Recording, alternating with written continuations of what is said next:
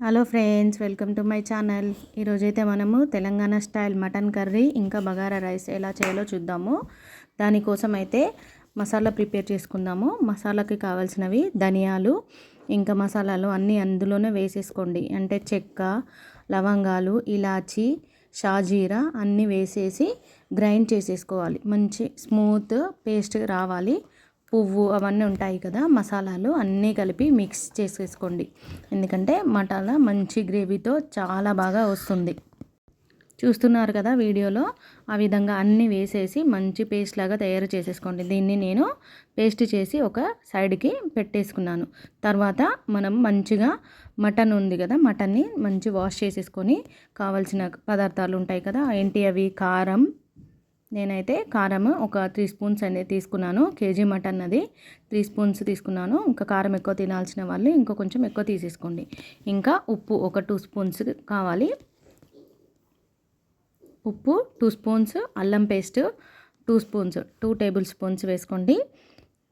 మనకి కారం మంచిగా ఉంటే మటన్ అనేది మంచి టేస్టీగా ఉంటుంది. అదేవిధంగా మనం గ్రైండ్ చేసుకున్నాం కదా పౌడర్, అది పౌడర్ ఒక చిన్న టేబుల్ స్పూన్స్తో వేసుకున్నాను. ఆయిల్, ఇంకా పసుపు ఇంకా మనకి పుదీనా ఆకులు వేసి మంచిగా ముక్కకి పట్టే విధంగా కలియబెట్టండి. మొత్తం అంతా మంచిగా మిక్స్ చేసేసుకోండి. చూస్తున్నారు కదా వీడియోలో, అంతా ముక్కకు పట్టించేసి ఒక 10 నిమిషాలు, అంటే మనం వెజిటేబుల్స్ కట్ చేసుకునే లోపు ఇది అంతా ఒక పక్కకు పెట్టేసుకోండి. అదేవిధంగా గ్రేవీ కోసము నేను మనకి జీడిపప్పు కొంచెం తీసుకున్నాను. వాటర్లో నానేసుకోండి. అది మటన్ మనము వేసేలోగా నానిపోతాయి.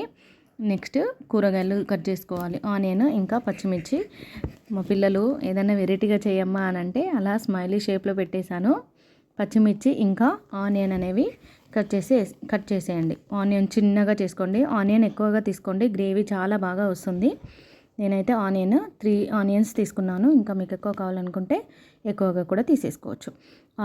ఆయిల్ వేసేసుకోండి. కడాయి పెట్టేసి లేదా కుక్కర్ అయినా పెట్టేయండి. కుక్కర్లో, నేనైతే ఎప్పుడైనా కుక్కర్లోనే చేస్తాను. మా అత్తయ్య అయితే కుక్కర్లో చేయదు, ఎప్పుడైనా గిన్నెలో చేసేస్తుంది. ఎందుకంటే కుక్కర్లో వేస్తే టేస్ట్ అనేది పోతుంది అని చెప్తుంది. బట్ నాకైతే కుక్కర్లోనే చేస్తాను నేను. షాజీరా వేసుకున్నాను. అదేవిధంగా పచ్చిమిర్చి కట్ చేసుకొని పచ్చిమిర్చి వేసేసుకోండి. దాన్ని ఒక 2 చీలికలు చేస్తే సరిపోతుంది. అదేవిధంగా ఆనియన్ చిన్నగా కట్ చేసి పెట్టుకున్న ఆనియన్ అంతా మిక్స్ చేసేసుకోండి. ఈ ఆనియన్ అనేది మనకి మంచి బ్రౌన్ కలర్ వచ్చే వరకు కలియబెట్టేసుకోండి. మంచి బ్రౌన్ కలర్ వస్తే టేస్ట్ అనేది చాలా బాగా ఉంటుంది. చూడండి, ఆనియన్ అనేది వేసాను కదా, దానిని బ్రౌన్ కలర్ వచ్చే వరకు ఆయిల్లోనే వేయించేసుకోవాలి. చూస్తున్నారు కదా వీడియోలో, ఆ విధంగా చేయండి. ఎంతో రుచికరంగా ఉంటుంది మటన్ అనేది. ఈ మటన్ మనకి ఎప్పుడు చేసినా ఈ విధంగా చేసేయండి, ఎంతో ఇష్టంగా తింటారు. గ్రేవీ కూడా చాలా బాగా వస్తుంది. పసుపు వేసుకోండి చిటికెడంతా. తర్వాత మనం కలియబెట్టుకున్నాం కదా మటన్, మ్యారినేట్ చేసి పక్కకు పెట్టేసుకున్నాం కదా, దానిని అంతా కుక్కర్లో వేసేయండి. కుక్కర్లో వేసేసి మంచిగా అంతా కలిసే విధంగా కలిపెట్టండి. చూస్తున్నారు కదా వీడియోలో, ఆ విధంగా కలిపేయండి. కలుపుకున్న తర్వాత దానిని మూత పెట్టేసి ఒక 5 మినిట్స్ సిమ్లో ఉడకనివ్వాలి. సిమ్లో పెట్టేసి ఒక 5 మినిట్స్ ఆ 10 మినిట్స్ అనేది ఉడకనిస్తే అందులో వాటర్ అనేది ఊరుతుంది. ఈలోగా నేను బగారా రైస్ కోసం అయితే పోపు పెడుతున్నాను. దానికోసము నెయ్యి తీసుకొని, ఇంట్లోనే ప్రిపేర్ చేసుకున్న నెయ్యి 2 టేబుల్ స్పూన్స్ తీసుకొని, అదేవిధంగా మసాలాలు షాజీరా ఇంకా లవంగాలు, చెక్క, బగారా ఆకు, ఇంకా యాలకులు ఇవన్నీ వేసేసి పోపు వేసేసుకుంటున్నాను. అదేవిధంగా ఇందులోనే మనకు పచ్చిమిర్చి ఇంకా పుదీనా, కొత్తిమీర కూడా పోపులోనే వేయండి, చాలా బాగా ఉంటుంది. నేనైతే పోపులోనే వేస్తాను. చాలామంది రైస్ అంతా ఉడికిన తర్వాత పైన వేస్తారు కదా, బట్ నేను మాత్రం ఆయిల్లోనే వేస్తాను. టేస్ట్ అనేది చాలా బాగా వస్తుంది. అల్లం పేస్ట్ కూడా వేసేసుకోండి. చూడండి ఎంత కలర్ఫుల్గా కనిపిస్తుంది కదా అన్నీ వేసేసాక. రైస్ అయితే చాలా బాగా ఉంటుంది. ఈ విధంగా చేయండి, మనకి ఫంక్షన్స్ స్టైల్లో వచ్చేస్తుంది. అంత పోపు వేసేసాను కదా, ఆ పోపుని నేను రైస్ కుక్కర్లో పెట్టేసాను. ఆ రైస్లో వేసేసుకోండి. నేను ఒక 3 గ్లాసెస్ రైస్ అయితే పెట్టేశాను. బాగుంది కదా చూడ్డానికి. అందులోనే రైస్కి సరిపడా ఉప్పు వేయండి. ఒక 2 టేబుల్ స్పూన్స్ తీసుకున్నాను నేను. 2 సరిపోతుంది. మీకు ఎంత టేస్ట్ కావాలనిపిస్తే ఉప్పు సరిపడినంత అంతే వేసేసుకోండి. ఓకే. తర్వాత చూసారు కదా మటన్లో వాటర్ వచ్చేసాయి కదా. ఇంక ఇందులో ఇలా వాటర్ వచ్చేసిన తర్వాత మనం మళ్ళీ మటన్ అంతా ఉడకాలి కదా, దానికోసం అయితే మనం మళ్ళీ వాటర్ యాడ్ చేసేసుకోవాలి. సో అందుకే నేను మటన్లో మళ్ళీ వాటర్ యాడ్ చేస్తాను. ముక్క అంతా మునిగే వరకు వాటర్ పోయండి సరిపోతుంది. ఎక్కువగా పోస్తే అంతా వాటర్ అవుతుంది. చూడండి ఎంత బాగా వాటర్ వచ్చేసింది కదా, చూస్తుంటే తినాలనిపిస్తుందా? మరి చేసేయండి, ఇంకా ఎందుకు లేట్. చూడండి ఎంత బాగా అయిపోయిందో. తర్వాత ఇంకా మనం నానబెట్టుకున్నాం కదా క్యాషు, దాన్ని అయితే మిక్సీ పట్టేసుకుంటున్నాను. ఇంతకుముందు గిన్నె మనం పౌడర్ చేసాం కదా, అదే గిన్నెలో మిక్సీ చేసేసుకుందాం.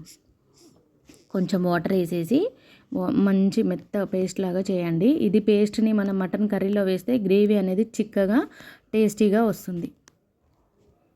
గ్రైండ్ చేసేసుకోండి. గ్రైండ్ చేసుకున్న తర్వాత ఆ పేస్ట్ని అంతా మళ్ళీ మటన్లో వేసేయండి. చూడండి ఎంత బాగా కనిపిస్తుందో. వాటర్ ముక్క మునిగేంత వరకే వాటర్ వేయండి, లేదంటే మనకి ముక్క అనేది టేస్ట్ పోతుంది. బాగా వాటర్ అయిపోతే వాటరీ అవుతుంది కదా, సో టేస్ట్ అనేది ఉండదు, సూప్ టేస్ట్ అనేది ఉండదు. చూడండి గ్రైండ్ చేసుకున్న పేస్ట్ వేసేసి అంతా వేసేసాం కదా, ఇంకా మంచిగా కలబెట్టేసుకోండి. దాన్ని కలపెట్టేసుకున్న తర్వాత కొత్తిమీర వేసేసుకోండి. కొత్తిమీర వేసేసి దీన్ని కుక్కర్ విజిల్ పెట్టేయండి. మనకి ఒక 4-5 విజిల్స్ వచ్చేస్తే అంతా మంచిగా మెత్తగా ఉడికిపోతుంది. నేనైతే ఒక 5 విజిల్స్ పెడతాను. మటన్ అనేది కొంచెం లేతగా ఉంటే 5 విజిల్స్ సరిపోతుంది. అదే ముదురుదైతే మనకు ఒక 6-7 విజిల్స్ అయితే కావాలి. చూస్తున్నారు కదా మటన్ ఉడికిపోయిందండి, ఎంత బాగా ఉందో కదా. అలా పైన కొత్తిమీర వేసేసి దాన్ని గార్నిష్ చేసేసుకుంటే చాలా బాగా ఉంటుంది. చూడండి గంటె తీయగానే మూలుగు వచ్చేసింది. మీలో ఎంతమందికి మూలుగు అంటే ఇష్టము కామెంట్లో కామెంట్ చేయండి. అమ్మ నాకు కూడా ఇష్టం. అమ్మ నాకు కూడా చూడండి మా పిల్లలకు మూలుగు అంటే చాలా ఇష్టం, దానికోసమే కర్రీ అంతా తినేస్తారు. చూసారు కదా, ఎక్కువ ఇష్టం అమ్మ నాకు. చూసారు కదా. సో ప్లీజ్ లైక్ చేయండి, షేర్ చేయండి, అలాగే సబ్స్క్రైబ్ చేసుకోండి. ఇలాంటి వీడియోస్ కోసం మన ఛానల్ని సబ్స్క్రైబ్ చేయండి. Thank you.